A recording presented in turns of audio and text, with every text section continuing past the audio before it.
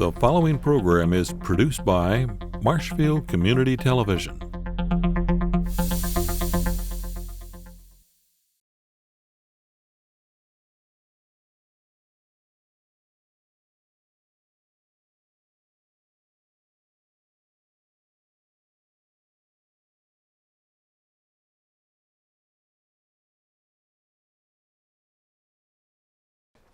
I never intended to be an author, and I never intended to write a book. All I ever wanted to do was to find out about the logging railroads up in Price County. We have a cabin halfway between Minocqua and Fifield, and my dad is from Marshfield. He grew up here he's born here in 24. My great-grandfather was Mike Berg, who was blacksmith over where the Elixir building is, across from the theater. That was his shop. And my grandpa and his brother Nick ran that after great-grandpa retired. And during the 20s, my grandpa, I'm named for my grandpa, he and Charlie Metelka and a bunch of other guys would go up hunting up around Triple I because his uncle, Leo Schoenhofen, was treasurer for the Bissell Lumber Company, which ran a logging railroad north. And then there was another connection because in 1903, Rodis had built a mill up in Park Falls, so there was a constant connection here between Marshfield and the north, and it just kept growing and growing. Well, in 1928, his aunt and uncle built a cabin up on the south shore of Round Lake, which is on the Pike Lake chain up there, and he started going up there with his dad and that during the 20s and 30s, and then his dream was always to have a place up there. So in 1960, we bought the two lots over from that cabin and built a cabin there. And he was a teacher in Port Edwards, my father was. And so we used to leave the day before school was out, and we'd go up or the day school was out, we left. And we would spend our summers up there and come back the day before school started. We did that for 12 years. So from the time I was 5 until I was 18, that's what we did every summer. And he liked to fish and hunt, or fish and putz around and everything, but he also got into golf. So in the early 70s, they'd go down to Phillips twice a week and golf at the golf course down there, and I'd go down and hang around the railroad station because I love railroads. And in due course, I ran into a couple named Arlen and Grace Kilsmeyer who ran a shop in Phillips, and they told me about this logging railroad that there was a story about this steam locomotive that was lost in the swamps east of Phillips. And of course, I was 16 years old, 1971, my little brain's on fire. And so I started interviewing people around there, and nobody could tell me about this lost locomotive, but they could tell me about the logging railroad. And so that's how this all started. And then over the years, it just kept growing and growing. I started corresponding with some other people who were interested in that. And then in 1980, my name was passed on to a guy named Larry Easton, who at the time was he was a math teacher from Neenah. And he also was part of the Sioux Line Historical Society that had just formed, and they were publishing this journal, and he wanted me to publish articles for it. So that started my connection there, and Larry was the one who actually had the idea that once we started publishing these magazine articles, all these photographs started coming to light, and people were letting us use their collections.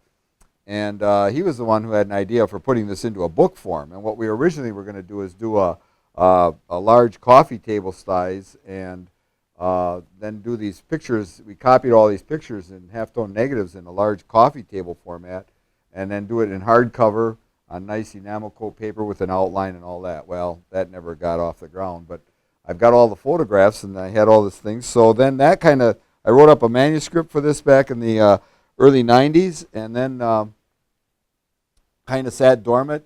I approached the Price County Historical Society in about 2006, 2007. To see if they'd be interested to write grants in that as a nonprofit. They agreed. Then the recession hit, so it sat again.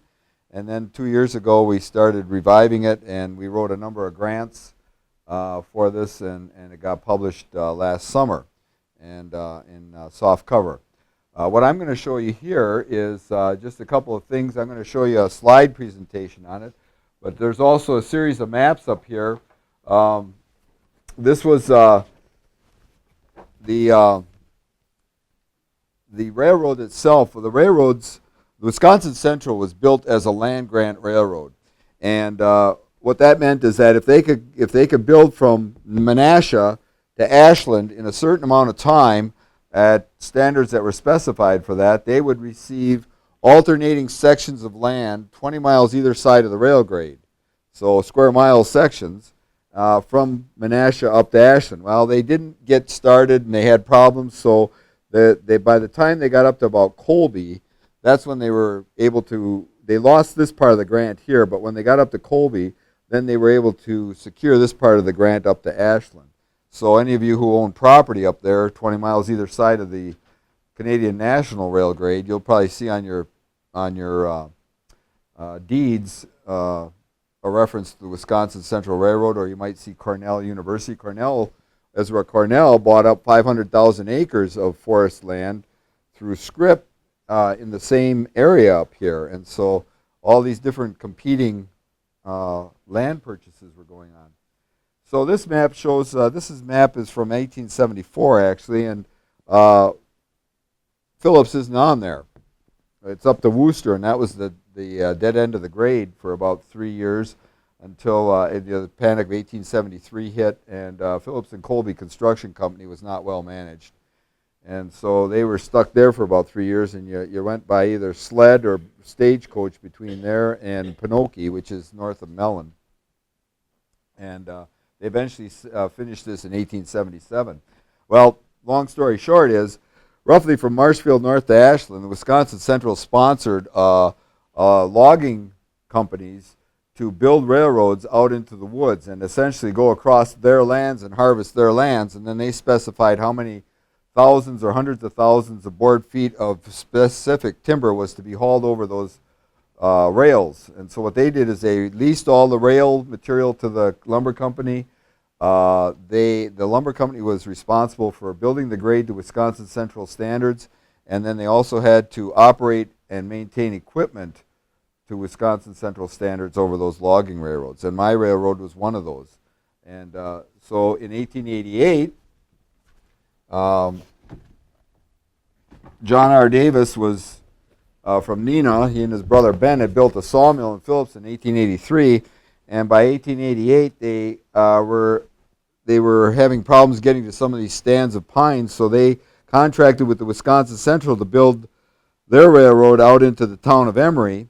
Now this map dates from 1908, but essentially what was going on is that the Wisconsin Central sponsored them and leased the rail, and then they specified what timber had to be hauled out of there. And that was really the story that started that railroad. Later on, in 1889, down here in Prentice, the Jump River Lumber Company ran a railroad down southeast. In 1903, Rodis built his mill and ran a railroad up into Ashland County. In 1908, George Atwood, an associate of Frederick Weyerhaeuser, built the Atwood Manufacturing Company and ran a logging railroad out here. My cabin is right out here on the south end of Round Lake. And then the Sherry outfit ran a mill down south on the Flambeau here, and the Luger Lumber Company built a mill in Lugerville and ran west, or started running north and west, and then John R. Davis bought them out, and they ran that logging railroad out to the Sawyer County line. So Price County was pretty much riddled with logging railroads. In fact, the northern, this map dates from 1909 and shows the completed Wisconsin Central. This northern third of the state was just spiderwebbed with logging railroads, because you had the Chicago Northwestern was running up in here, you had the Milwaukee Road running over here, and the Northwestern running up here, and they were all doing the same thing. They were sponsoring these lumber companies to build these logging railroads because that generated revenue. And of course, what they wanted to do is they wanted these communities like Marshfield to grow and prosper, because that meant, you know, you're going to haul more freight, either rough logs in and finished lumbered out, or you're going to haul in equipment for farmers and so on. And the great idea that everybody had, and that was very popularly advertised, was that when the lumber was cut and everything was done, then agriculture would take the place of the trees. And up until even in the 1930s, in the Phillips Times, when they had articles on my railroad running, they would oftentimes finish that article with a sentence that says, when the great forests are finished cutting and Phillips becomes the agricultural center of north central Wisconsin. Then the agricultural era will take over. Well, if you drive north to Ashland, you're going to see some great farmland in this area and such. When you get up around Medford, things start thinning out a little bit more. You get up closer to Phillips, things get thinner. You get up around Mellon, things get real thin. And up to Ashland, things, you got pockets in these areas where there is good soil to farm, and a lot of it was dairy farming, grain farming, but the large amount of land east of Phillips is good for nothing but growing trees. And so the great agricultural dream of that transformation never really materialized. And in fact, now, I want to say it was maybe about 10 years ago, there was an article in the Milwaukee Sentinel about the last dairy farm in Iron County going out. And so you still have dairy farming in Phillips, and you have some dairy farming up in Ashland County and such, but it's very sporadic, and it's nothing like it was even 100 years ago. So this is the Wisconsin Central, and shows a lot of the towns and cities along there. But the one I want to point out is that this whole northern third of the state a century ago was just spiderwebbed with these logging railroads and of course the mainline railroads. In fact, a century ago you could get on a logging railroad in Phillips and go east and connect up with another logging railroad and end up over in Hazelhurst. That's the kind of connections they had, and they shared some trackage in there because their timberlands overlapped. The companies would also buy timberlands as well as harvesting off of the railroad timberlands. So that kind of gives you a little bit of background here. What I'm going to do is I'm going to show you a slide presentation here.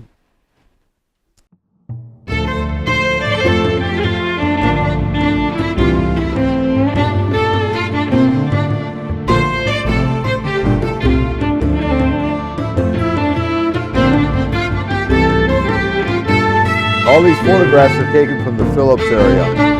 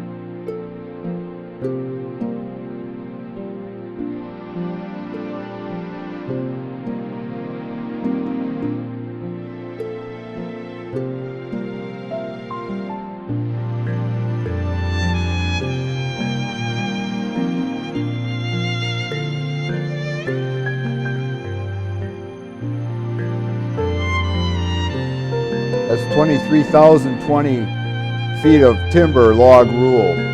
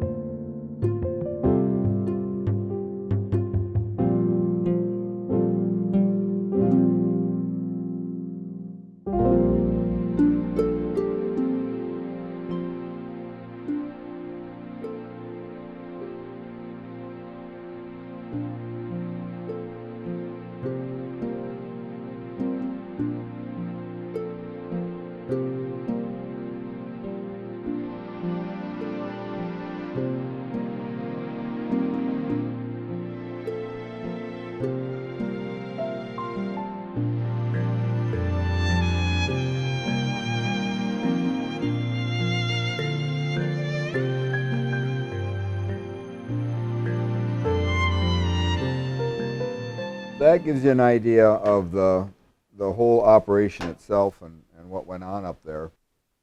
This photograph right here was the first one I ever found, and that was in the summer of 1973.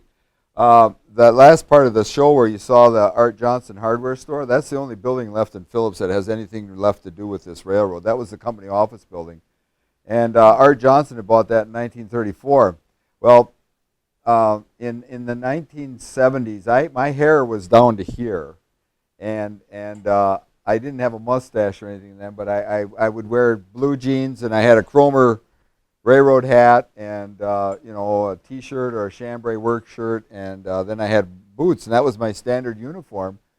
And so I gone up to see Arlen and Grace in the summer of '73. I was working the paper mill at Port. I graduated and was going to college, and I went up and I had visited them for a little bit, and I went walking down Lake Street. Their shop was only a couple stores down from Art Johnson's hardware store, and I walked by there, and here in the window, the display window of Art Johnson's hardware store, was this photograph with a whole bunch of other ones, that the Decker Jammer and the Lidgerwood and some camp pictures. And I looked at that and I thought, oh my gosh, I've been looking for photographs for 2 years because I started this in the summer of '71 and I couldn't find any photographs. So I run into Art Johnson's hardware store, and when you go in there, if you ever go to Phillips, go to Johnson's hardware store because it's like walking into a museum. The hardwood floors are still there from 1894. The tin roof ceiling's still up. Nothing's really changed. It's got hardware goods, and it's a narrow store. But then around everything are all these artifacts that Art Johnson collected over the years. Deer head mounts, railroad lanterns, stoves, you name it, it's all on display in there. Carved a set of oxen and horses pulling sleds carved out of wood. And the sleds and everything. It's just something to go in there and see. Brady Johnson runs it. That's his great-grandson. So anyway, if you can picture this, I come running into this store, and you run down the aisle, and Art Johnson is sitting at his counter there behind there, and Art was kind of a dour fella, older. He was in his 80s by the time this was going on. And I run down there, so picture me with long hair, and I got this Cromer cap on, and I run down and I said, Mr. Johnson, you've got pictures of John R. Davis's logging railroad out there. Can I take them and make copies of them, and I'll bring them right back? And Mr. Johnson's just standing there like this, with his hands on the counter, and he's just looking at me. And when I got done with that, he said, no. And I said, but, he said, no. And I was crestfallen. I said, well, okay, thank you. And I just walked out. I was almost in tears. I walk out the store, and I go back down to Arlen and Grace, and I tell them what happened. He's got pictures, Arlen. He's got pictures. And Arlen says, so? And I said, well, I asked him, could I just take them and make copies of them, and I'd bring them back. I'll handle them personally. And Arlen said, well, what did he say? And he said, no. And I said, well, he said, what do you expect? I said, look at you. He thinks you're some kind of stoner that's coming in and casing the joint, and he doesn't know you from Adam. So Arlen said, go back home and come back in a couple weeks, and we'll see what we can do. Well, when I came back in a couple weeks, they had talked to Art and told him what I was doing. And so I brought back my art teacher's 35 millimeter camera with 100 speed film and a tripod, and I got those photographs, walked 4 buildings down on Lake Street, set them up in Arlen and Grace shop with some lights, and I took pictures of the photos, and that was the start of this. And so then that was kind of the group of pictures that Art had were the nucleus that formed this whole thing. And then it lulled until we started doing the magazine articles after Lou and I got married, because I went to college, and then I got my first teaching job out in western Kansas and came back, and so nothing was going on. And then when Larry got a hold of me, that's what started this whole thing, and we went on from there. So we did the magazine articles, and that opened everything up, and then of course you heard about the rest of the book and that. So does anybody have any questions? Yes. Wisconsin Central actually owns that trackage. Yeah, the Canadian National owns this trackage now. Do they own it or just lease it? No, they own the trackage. They bought the Wisconsin Central Limited back in 2002. Okay. And the reason they bought it, this map doesn't show it, but there's a line that runs from, where is it? Where are we here? Not Abbotsford. Withy, yeah, up through and then up to Superior. And they bought it so they could run this whole thing down here because they needed another. The line going to Ashland has got a break in it now. It's non-commissioned. Right, and it's right up here by Mellon. It's north of Mellon up here by High Bridge. That's where those big storms last summer washed out that. Is that why it's is it going to get put back in? I don't know. They're running. They run trains right now. They can run up to Mellon and turn around. And there's enough businesses. You got the Park Falls. You got Flambeau Paper in Park Falls. They do a big amount of business up there. Then at Glidden and at Mellon and at Fifield, there are big log yards. The loggers bring their logs in, and they've got big log yards there, and then they ship them out on the railroads down to Rapids, Wausau, and so on. Canadian National Yeah. runs What's that? Then? Say it again. Canadian National runs up to Mellon then? Yep, they can still run up to Mellon. And then they have to come all the way back down to Spencer. No, what they do is they go down to Prentice here. This line from Prentice down to Medford is out. That was taken out in 1986 because there wasn't enough. It's a bike trail now. They run a marathon on it in the spring. They still have rights to that right away. Should they ever want to rebuild it in there, they've kept the rights to that. The Wisconsin Central kept the rights, and those transferred to the Canadian National. But so there's a break here between Medford and Ogama. So the railroad runs from Marshfield up to Medford, or from Spencer up to Medford. And then there's a break, and then they come over here through Junction City, right here, and they go up through near Tomahawk by Heifer Junction, and they get over, and this line is still in all the way along here, but it's not used much between Ladysmith and Prentice, but it is used between Prentice and Heifer Junction, and then over to Rhinelander.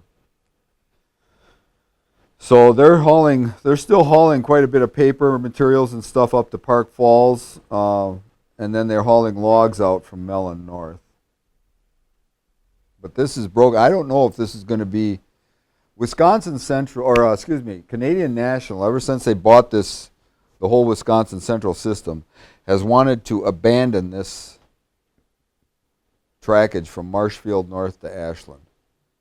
Because the Canadian National has the best operating ratio in the industry, which means that it's a tightly run, highly efficient operation. And they've done that by jettisoning all these spur lines and branch lines that don't have much revenue on them. And right now, the only revenue you've got north of Prentice, you had Caterpillar plant in Prentice. That's been bought out by another outfit out of Minneapolis now, and they're going to continue some type of operation there with logging equipment, but not like Cat was running. And then they've got the Buer sawmill here in Prentice. Phillips had Georgia Pacific making hardboard, but that product was not selling well, and the mill in Phillips that exists there now was built in the 1950s, and it's too old for them to renovate and make money off of. So that was shut down in 2015 and has sat idle for 2 years, and it's up for sale. The original plan in 2015 was to tear the whole mill complex down in Phillips and clean up the Brown site and then offer the land for sale.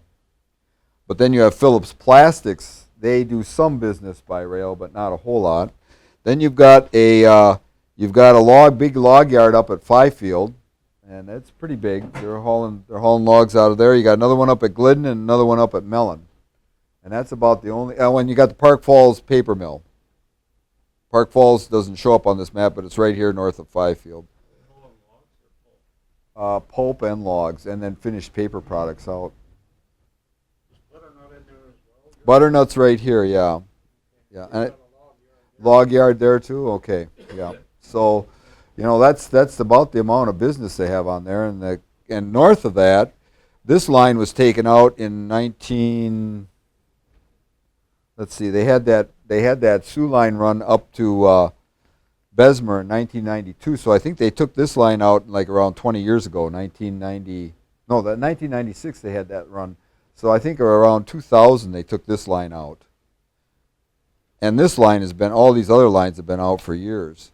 So the only thing you had up here was Georgia Pacific had another plant up at Ashland. That was a recycling plant, but that's been shut down for about 20 years. Was that the tie plant that was bringing in ties to? The Wisconsin Central was built on capital from Boston, Massachusetts. And there was a lot of speculation going on in Wisconsin at the time. Ezra Cornell was speculating in timberlands. The Wisconsin Central had this grant for all these alternating sections from Menasha up.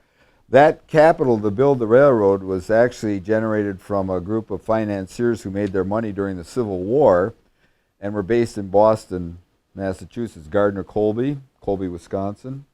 Elijah Phillips, Wisconsin.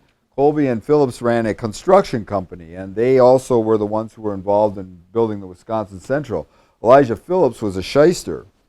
He had been involved in building some railroads in Indiana and out east, and he was a good railroad manager. He could manage an existing railroad, but when it came to building a railroad, he was out of his league. It was above his pay grade.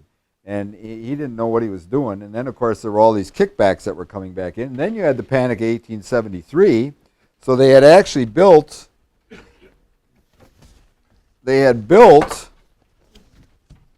from Menasha by 1873 all the way up to Worcester.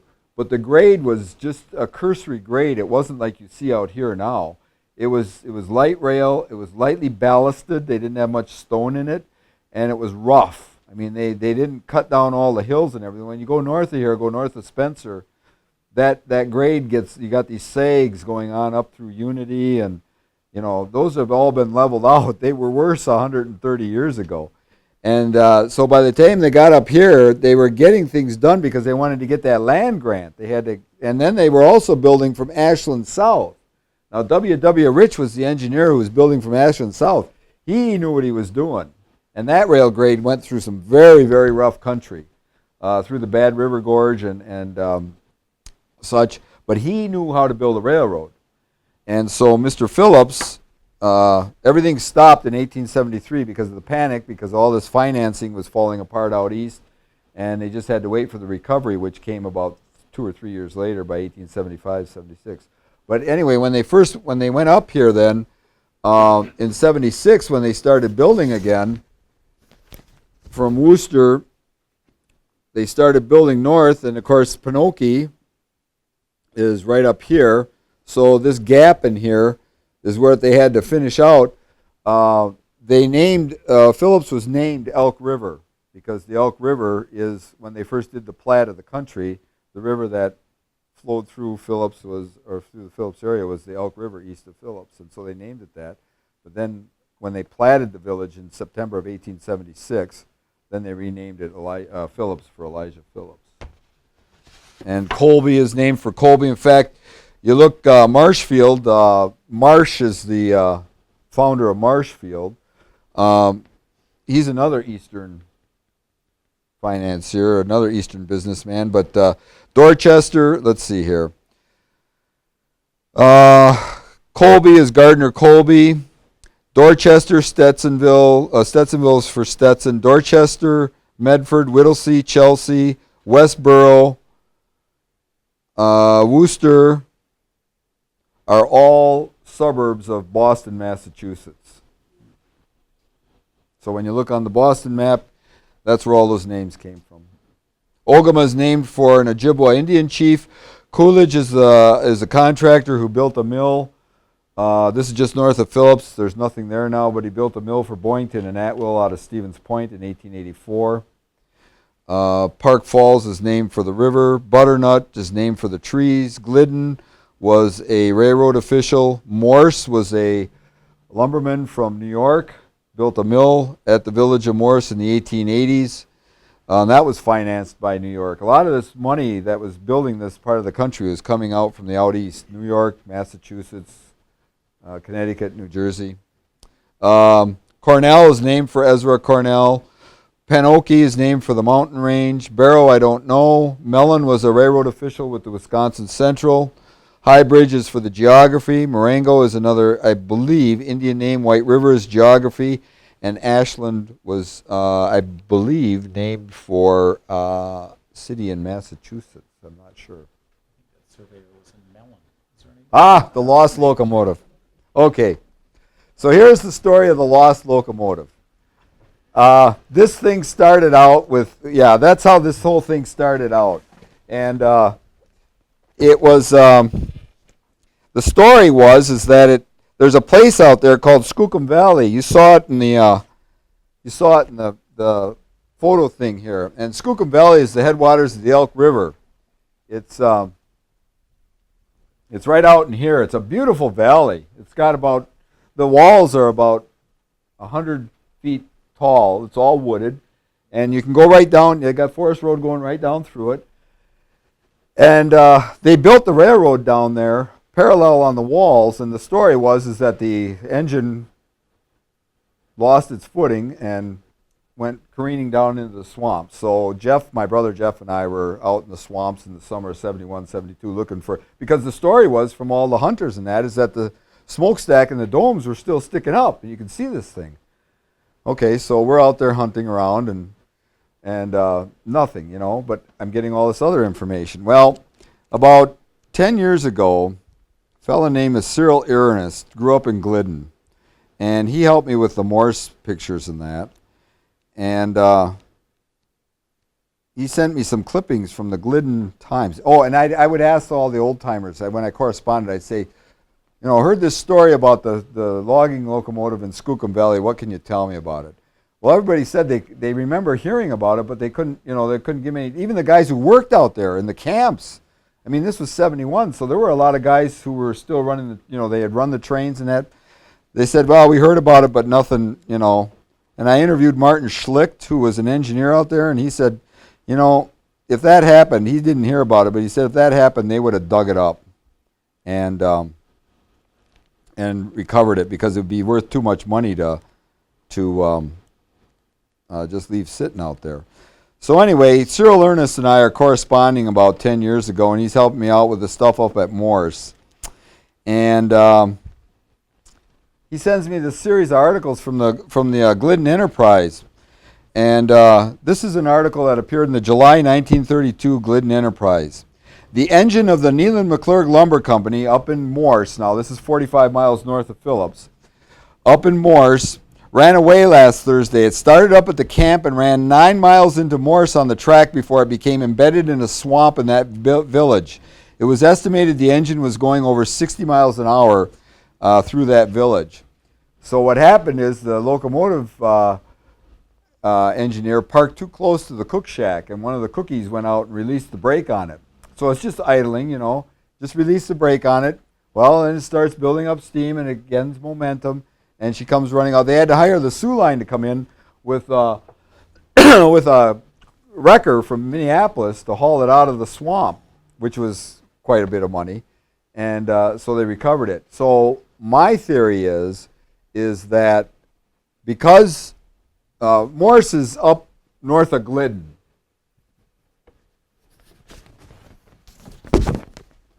Morse is up here. Where's Morse? Morse is right there. Phillips is down here. They had purchased timberland up here, and they ran 139 miles of rail either side of Morse from 1916 to 1932.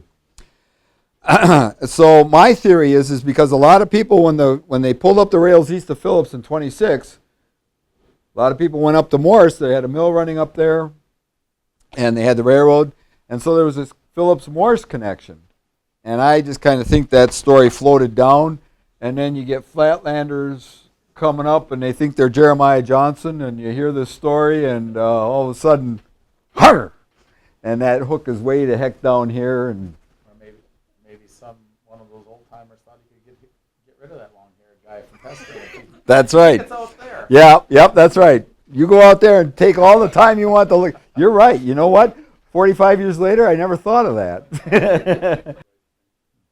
Then they're working on cleaning up the Brown site. That's been a big problem up there. That whole area from the hotel over towards the electric plant, that was a coal gasification plant, and that's where John Schrader had his lumber company in there.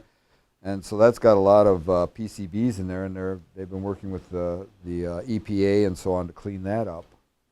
Now, you mentioned before that Canadian National is bypassing that gap north of Medford by going through Junction City. Yes.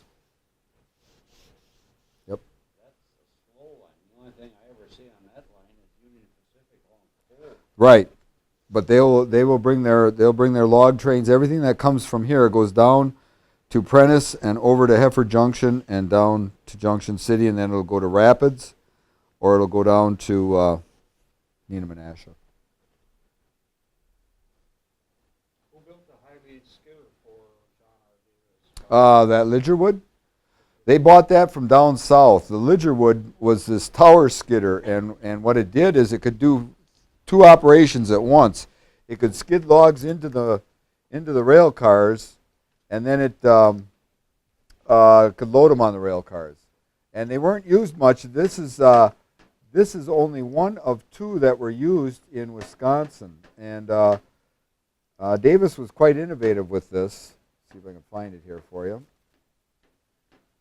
He bought it in 1909, and the newspaper article that heralded it said that they bought it from an outfit down in down south, and I don't know who they bought it from. Here we go. This is the Lidgerwood, and what it does is it's got a 40-foot steel tower on it, and it folds. It's hinged, and it'll fold down, and then it has cables running out so you can skid the logs in, and then simultaneously you can load them on the log cars here. And you could go out a quarter of a mile with some of these big ones. This was a smaller one, but you could go out 500-600 yards on this one. And you had a radius out from that boom that you could go either side. You could go out this way, and then on the other side you could go out that way. So you could park that thing and log off this great big area, and then you'd move it. And it was on rail cars, but what you did, this is actually mounted on pilings, wooden block pilings. They'd jack it up, take the rail cars out, because the rail cars slide underneath it. So the railroad or the rail engine would spot the cars back here. They'd set this thing up, and then they'd run it through with a cable on the engine to get the first one started, and then all the rest of them were coupled together, and you could run it right under the skidder. Do you know the name of the other company that had high lead skidder here in Wisconsin? Do you know the name of the company? No, I don't. I know that this is, I take that back, Floyd.